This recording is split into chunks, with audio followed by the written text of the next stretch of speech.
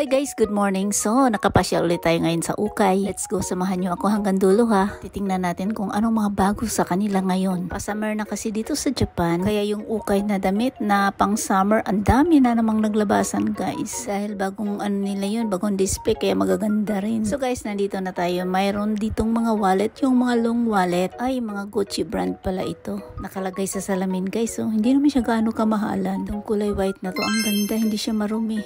Mas mura tong katabi yung green, yung parang light green. Ang ganda rin nito guys, kumikintab sa camera ko. Kaso lang hindi ko alam bakit ganito, napakamura. Hindi ko makita yung loob dahil nakalagay kasi sa salamin. Kung interesado ka, lalo na pagmura, tapos pwede mo naman yan i-request doon sa may mga sales lady. Bubuksan nila kasi yan at pakita sa iyo. Mahahawakan mo rin. Kaso nga lang, nakakaya rin kasi pag hindi ka bibili.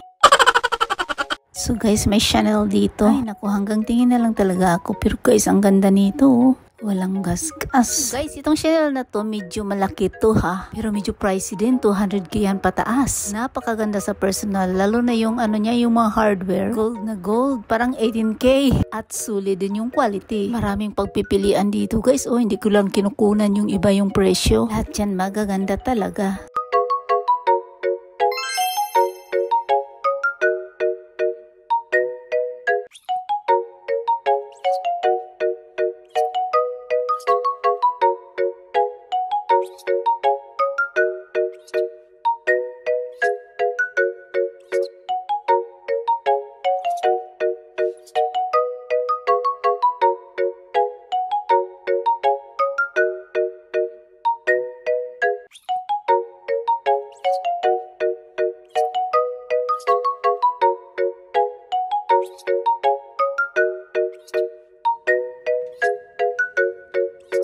So, dito naman ay mga Louis Vuitton. Yung dito, yung corner na to, puro Louis Vuitton guys. So, ito naman pang lalaki yata. Ang ganda nito guys, no? Stick yung kulay niya at ang ganda sa personal. Napakalinis, walang gas-gas at sulit. Itong dalawang magkatabi ay puro sling bag.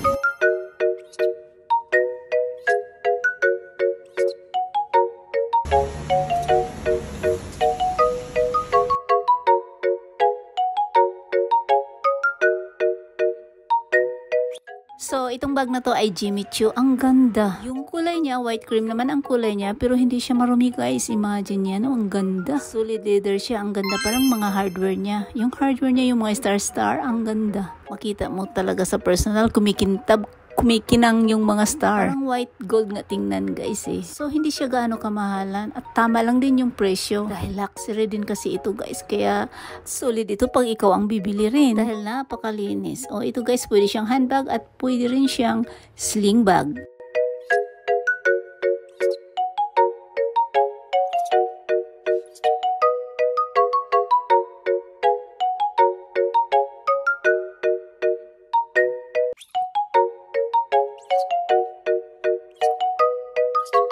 So guys, napaka-cute nito. Tiningnan ko Marc Jacobs pala. Solid naman, napakamura guys. O 6K pataas, may Marc Jacobs ka na. At solid leather pa. Tapos, yung naman niya, yung leather niya, lahat leather siya guys, pero wala siyang gas-gas. So, tingnan nyo naman yung hawakan. Solid na solid. Tingnan nyo guys, kumikintab. Pati yung katawan ng bag, mayroon siyang pang sling bag. Perfect, solid na rin ito. At tama din yung laki niya guys ha.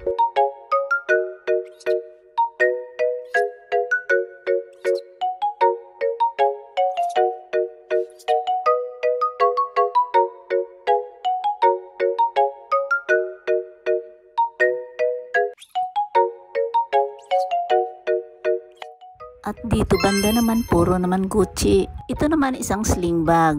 So, affordable naman to, hindi siya gaano kamahalan. Pero sa personal, makikita mo talaga siyang gamit na. Ito naman yung hawakan niya, yung pang sling. So, ito namang belt niya, yung pang sling bag. Maganda, walang gas-gas. Yung katawan, halata namang gamit. May konti lang siyang dumi. Yung may medyo itim na spot lang. In fairness naman, affordable naman siya guys. So, pwede na. So, itong katabi niya, isa rin itong Gucci. At medyo pricey naman ito. Kung makita mo to sa personal, maganda at malinis. Guys, ang bigat nito guys, wala pang laman ha. Puro yung chin or hardware, ang bigat. Dahil solid talaga yung chin na to at pati yung kulay. Tingnan mo naman ito guys, hindi kumukupas yung chin. Ang ganda to sa personal. Mabigat nga lang. Social to guys. At simple yung style niya sa loob. Sa loob naman malinis din. Pati sa labas guys, pati yung ano niya, yung gilid-gilid. Dahil yung gilid-gilid niya, mga leather kasi wala siyang gas-gas.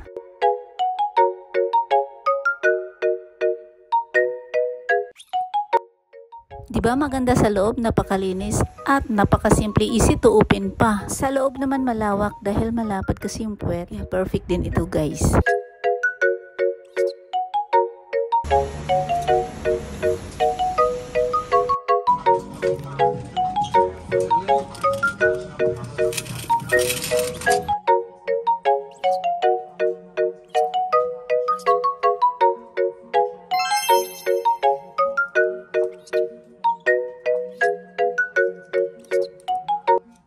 Sana ito, isa pa naman itong silin, isa itong vintage at ang ganda ng kulay. Silang may mukhang pintura guys. O tingnan mo yan, marami nakatumbok siya guys at ang dami pa. At talagang halatang halata yung itim. Itong bag na to, ang kabuuan, ang ganda guys, malinis pa pati yung hawakan, pati yung leather niya. Tama lang din to pang hand carry, pang travel dahil malaki rin kasi ito. Perfect na sana kung magtitipid ka kaso lang may damage. Ang laki pa naman. Kahit ganyan yan, mura naman. Mahigit lang yan 10k pataas or 12k pataas. May silin ka na.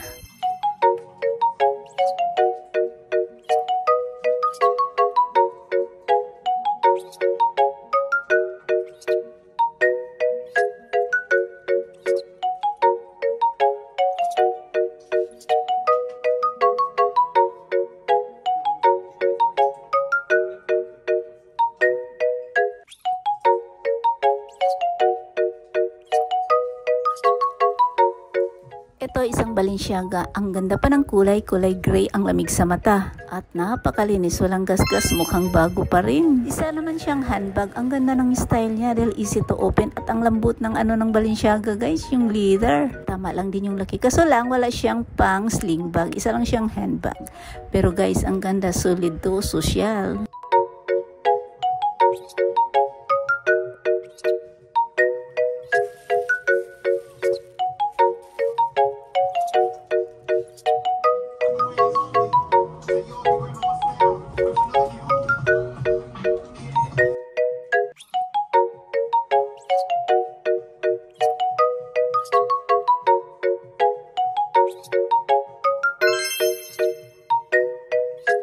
So may nakita ako ditong Michael Kors. Ang ganda ng kulay orange, ang lamig sa mata. At mukha ring bago guys. Tingnan nyo naman, isa siyang handbag. Pwede rin siyang pang sling bag. Affordable pa.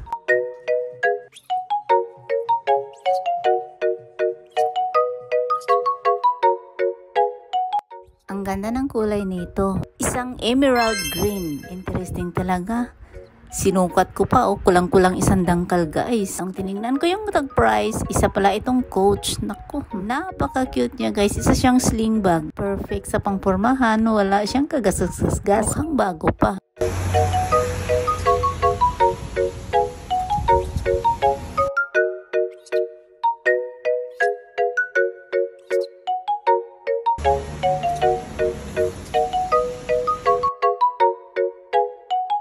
So, ito naman isang Great Valentino. Ang ganda ng kulay. So, yung kulay naman niya parang cream na may pagka-silver na kumikintab. Ewan ko, pero ang ganda yan sa personal guys. Ang lamig sa mata ng ribbon at saka yung hardware niya ang ganda. So, pang party naman ito. Ang liit naman. Ito naman ay isang handbag.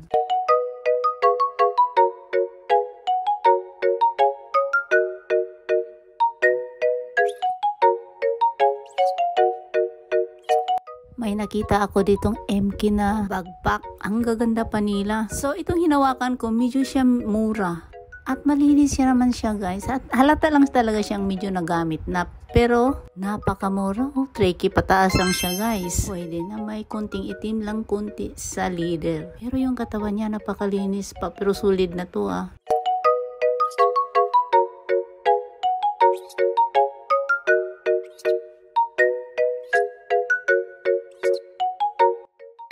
So guys, yung isa naman, pareho lang naman sila lalaki kasi lang medyo pricey itong isa. Dahil yung isa kasi solid talaga leather. Yung isa naman, yung pangkawit sa may balikat kasi, yung parantela, kaya yun ang difference. So nag-gets nyo ba yung guys? Yan yung hinahawakan ko, yung parantela, kaya medyo mura. So guys, ang hirap mag-explain.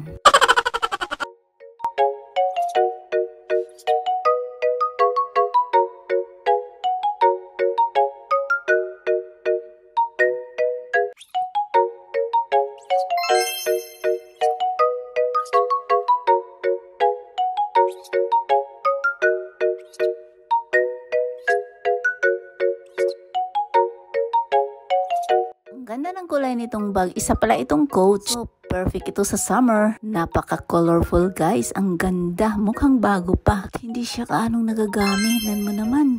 Walang kadumi-dumi. At isa siyang sling bag. Ang ganda guys. O tama ito pang forma. Lalo na sa mga bagets ay perfect ito guys.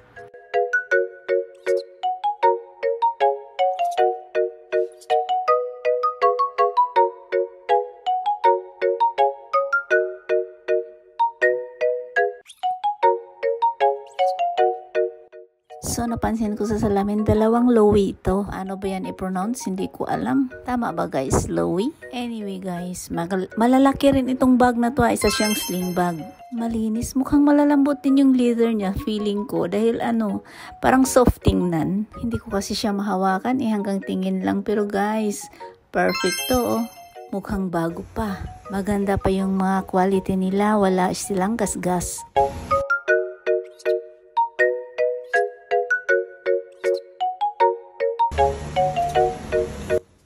So may nakita ako ditong MK kulay red naman, ang ganda. Mukhang bago din yung katawan niya, ang ganda guys, hindi laspag. Puwet, halata talagang hindi siya nagagamit dahil walang gasgas pati yung puwet niya kasi solid leather yan eh. At may maliit din siyang wallet, ang cute. Alam nyo guys, pag tingnan mo to sa personal, mukha talagang hindi siya nagagamit. Tingnan nyo guys, apakalinis. At isa naman itong sling bag.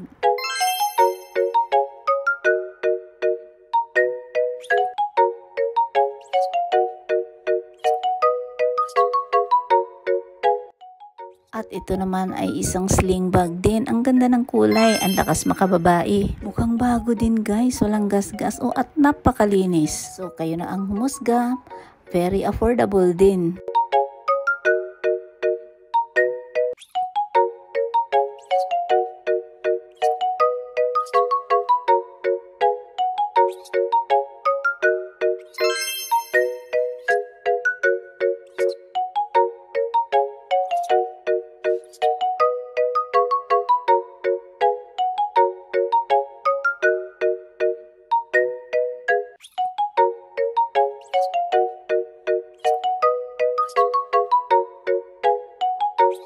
So may nakita ako dito, isa naman itong MK, ang laki. Mukhang bago din. White cream ang kulay niya pero walang kabakas-bakas na dumi, wala ring gas-gas. So ito naman ay isang handbag. Tingnan nyo naman guys, ang laki oh. So tiningnan ko na yan sa loob, napakalinis din.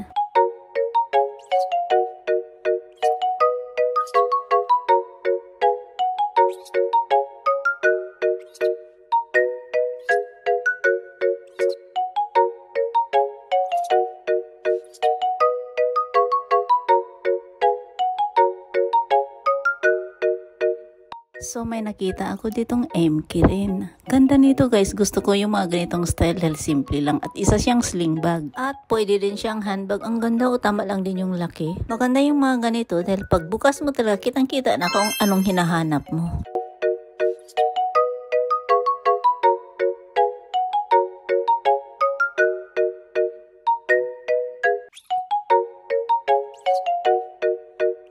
Ito tama lang din yung laki. Ang ganda rin. Ito naman ay isang Marc Jacobs. Diba usong-uso yung mga ganito? Yung tote bag ba? In fairness din, napakalinis. Pati yung hawakan niya at ang ganda pa ng kulay. Towist naman siya, pwedeng handbag or sling bag.